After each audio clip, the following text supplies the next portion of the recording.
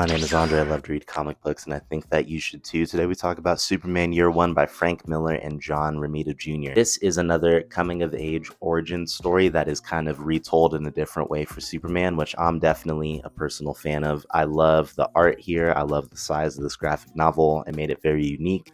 I also just love kind of the sweet transition of life. Seeing Superman, seeing Clark Kent go from Smallville to, in this one, he actually ends up joining the Navy all the way to Metropolis. We see through the eyes of Clark Kent and we get to hear from his perspective. One of the most, I think, endearing portions of it was him seeing the resiliency of humans around him knowing that he is different and capable of doing so much, the things that were super, and even despite that, him looking around, especially when he was in the Navy, and saying that they're so fragile and yet they work so hard.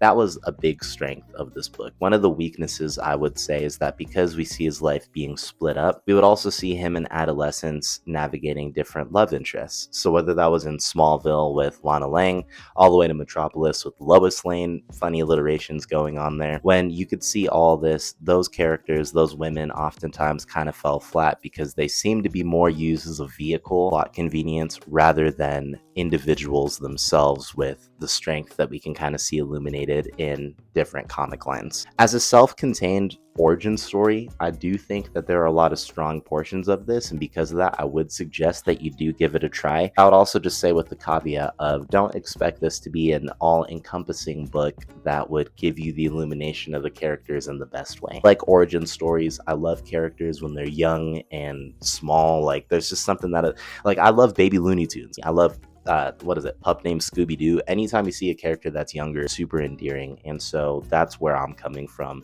for my analysis of this one. I think Superman is in my top 5 for DC now. So if you have any suggestions about anything Superman related that I should read, I'd definitely love to hear that and pick that up.